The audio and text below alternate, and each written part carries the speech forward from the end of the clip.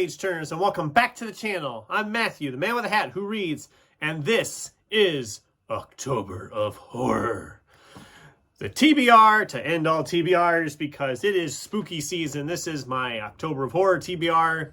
Just for those of you who are unaware, when I've used this phrase before, I don't know if I ever clearly defined it. October of Horror is essentially when I try to read only horror or horror-adjacent novels. In other words, it doesn't necessarily gotta be a horror novel, but if it has a typical horror character like a vampire, a werewolf, a ghost, or whatever, it's fair game. That's how I've gotten away with reading urban fantasy in October before, as part of October of Horror. So that's essentially what it is. But I have a huge one. And I know normally I do the wrap-up and the TBR all in one video, but seeing as I'm going from a month of essentially just sci-fi to a month of essentially just horror, I thought, you know what, let's just kind of separate them this time around, see if it works that way. Maybe I'll do it more often that way. Who knows? Anyway, I have 17 books here for this TBR video. And yeah, there's a lot of them. I'm not going to get all of these read. I know that.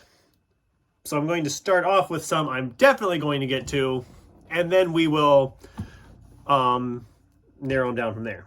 First up, I mentioned this recently in the Why Haven't I Read This Yet tag, and this is Peter Cline's 14. Now, I am going to read this month because I've had this on the October of Horror TBR for the last 2 years, and it's been put off and put off. So on the 1st, which is tomorrow as you're watching this video, or if you're watching it later, it's already passed, but I am starting this book. No matter what, I am starting this on the 1st, and it's going to be finished this month. The print isn't that small. It's a little thick, but it's not too bad. This general plot here, it sounds like there's a new apartment he moved into, and there's some weird shit going on. Can I say that on YouTube? Well, there's weird stuff going on. We'll see if I get flagged for that or whatever. We'll see. I could edit it out, but what's the fun in that? And as if I didn't have enough sitting here, I went to the library. So I'm showing these first because clearly I'm going to be getting to these as well. We have Stephen King, which I have a couple of Stephen King. This is one of them. I'll get to the other one in a little bit. But this is The Shining. I've never read The Shining. And I've kind of been wanting to. And seeing as it's October and it's essentially Stephen King month, why not? So obviously we got this thing going for us. It's going to be great. And then we have Richard Chismar's Chasing the Boogeyman. I became a fan of Richard Chismar when he was writing some stuff with Stephen King. This one is not long at all. It looks like it's just over 300 pages. The print's not some nice spacing. There's some interesting illustrations going on here. I'm guessing it's a fictionalized true story account kind of thing, it sounds like. Sounds interesting, so I'm going to give that a shot.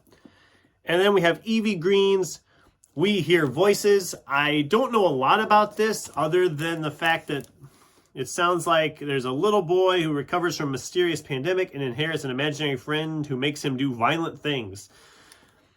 And my local library doesn't get a lot of horror if it's not Stephen King, so the fact that they have this one tells me that there's something special about this. I don't know. This came out in 2020. So we'll see. I'm looking forward to tackling this one. It sounds interesting. So, okay, now we can get into the stuff I have sitting here. I mentioned Stephen King earlier with The Shining. I'm also going to try to squeeze in Cell. I don't see a lot of people talking about Cell from Stephen King. This sounds like all of a sudden cell phones are making people into like zombies or something, the way it sounds like. I don't know.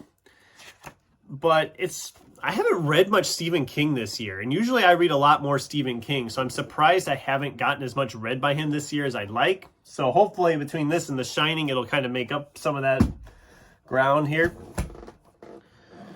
This one I'm throwing in just because it's short and small and it's urban fantasy. It's like the only urban fantasy I have on here. This one I might not even get to, but this is Simon R. Green's Paths Not Taken, a novel of the underside, no, the night side. I've been enjoying this series so far. They're pretty quick reads. I think this one's like 250, 260, not too long. I should be able to devour this pretty quickly. Okay, Jason Arnops, Ghoster. Now, I loved, as I've mentioned on the channel before, The Last Days of Jack Sparks, which was his first novel. I've loved that novel since I read it, and I've recommended it to people. I've gifted it to people, and they have loved it too. If you haven't read that book, definitely check it out. It's amazing. It's great. And we have another one from him with another one with cell phones. Not trying to say anything against cell phones, but it seems like a lot of these horror books have some cell phones interesting areas to them. So, but it sounds like the gal has been ghosted. She was supposed to be moving in with her new boyfriend, but she finds after relocating an empty apartment, he's vanished. All his possessions have disappeared except for his cell phone. And then it gets kind of creepy from there. So, you know, that sounds like a fun one. It's not too long. It looks thick. I don't think it's really, I think it'll fly by. If it's like Jack Sparks, it'll fly by in a flash. I'm looking forward to it. We have Tim Wagoner, who I've read more of his urban fantasy and haven't read much of his horror. This one's not too terribly long, but this is They Kill. I mean, it looks creepy, doesn't it? I mean, look at the cover. She's clearly running from something. And Inhuman Monsters, Resurrection.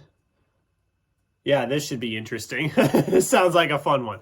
So that'll be a fun one. And it shouldn't take me too long to read that either. That's the thing. A lot of these are not very long.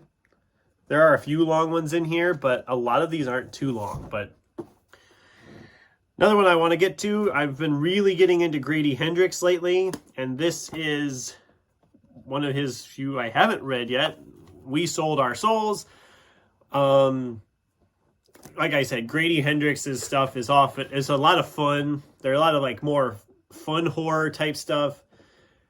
I haven't read a bad one by him yet. This one I haven't heard a lot about, but it sounds like, oh, they're a rock band and they sell their souls to the devil to get celebrity and recognition, and yeah, it should move fast. I'm saying that about all these, that they should move fast, but I'm really excited for like all of these. So it's going to be really hard picking which ones to read because the rest of these will get shoved back to who knows when, because I've got rough plans for the rest of the year and none of these are on there. So if I don't get them read this month, it'll be next year before I get to any of these. So this one I had sitting here last year as well and didn't get to, but this is Paul Tremblay's Growing Things and Other Stories. Paul Tremblay is becoming an author I'm really enjoying. His mix of horror and mystery thriller stuff really excites me. And this is a short story collection, so I'm looking forward to it. I mean, it's like 19 pieces of short fiction. So this, and it's not that thick, so I'm guessing these stories are pretty short and move pretty quick. But I'm really getting into Paul Tremblay. I'm enjoying his stuff.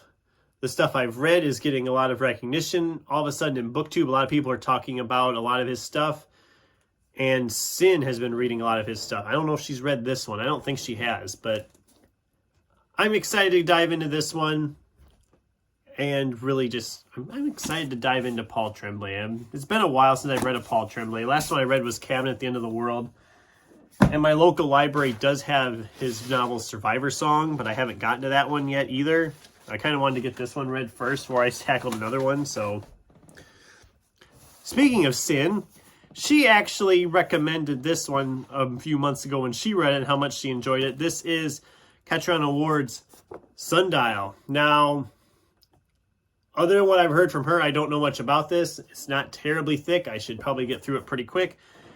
I'm very excited to try this author. I love when people rave about a book. It excites me for something, and I didn't even know what this was. And I heard her raving about it, and I'm like, okay, I'm excited to check this out. If someone else is enjoying, I'm sure I will too, right? That's how it works, right? That's not how it works, I know, but that's okay. But okay, we got 5 more here yet. We're not done yet. These are getting into the ones I probably won't get to. It just depends on... It depends as I'm going along which of these I'm actually going to be excited to read. It'll just be like, oh, I want to read this now. So here we have A People's History of the Vampire Uprising by Raymond A. Villarreal. Raymond A.V. I mean, this is an eye-catching cover. But I mean, it's vampires, just uprising, society falling. You know, I gotta stop saying that. Every dang book I'm talking about, I'm saying I'm excited for it. This one's been sitting in my pile since last year. I haven't gotten to it. This seems like a good time for a vampire novel, obviously, in October of Horror. Okay, we have Clive Barker's Books of Blood. I picked this one up on a clearance rack earlier this year. I haven't read a lot of Clive Barker. All I read by him was, I think it was last year or year before. Can't remember which. Might have been year before already. I read Great and Secret Show, and I thought it was a bit too much. It was a little too long, and I didn't love it. This is more of a short story type collection, and I haven't watched the movie. They did a movie on Hulu, and I haven't watched the movie yet either, so I might read this and then watch the movie and just kind of compare the two. Well, if I get to it. I'll probably watch the movie regardless if I get to the book or not, because it's the time of year to watch kind of creepy, spooky movies too. That is lower priority, as are these other four yet. These are, like I said, I'm getting into the lower priority ones now. I miscounted earlier when I said 5. Oh well. This is a reread, and the main reason I want to reread this is because I recently read The New Hunger. This is Isaac Marion's Warm Bodies. I don't know if I will love this as much on the reread as I did the first time around. And it's very short. It'll move quickly. It's not even 250 pages. I don't think I'm going to be keeping it after I read it. I don't know. It just depends on if it still hits me that I love it like I did the last time. What was that? So we'll see. That's one I'm looking at too. Get that one read. All right. The last 3 here. This video is going long here. Okay. We have Carolyn Hardacre's Composite Creatures. This is from Angry Robot. It's... Let's see. It sounds like End of the World. Creepy house. Illness creeping through the body. It sounds kind of creepy, spooky, terrifying. I don't know. I don't know a lot about it, but it sounded interesting when I read a synopsis here a year and a half ago. I bought this last year, just after Christmas, and haven't gotten to it yet, so I'm ready to get into this one. It's been sitting here a while. This labels it as science fiction, but I don't see how. The way it sounds, it doesn't sound like it's a science fiction, but it says right on the cover, deliciously creepy. So I don't know how maybe it's a sci-fi horror, whatever. Be one to dive into. This is not horror, but it has a ghost, so I'm counting it.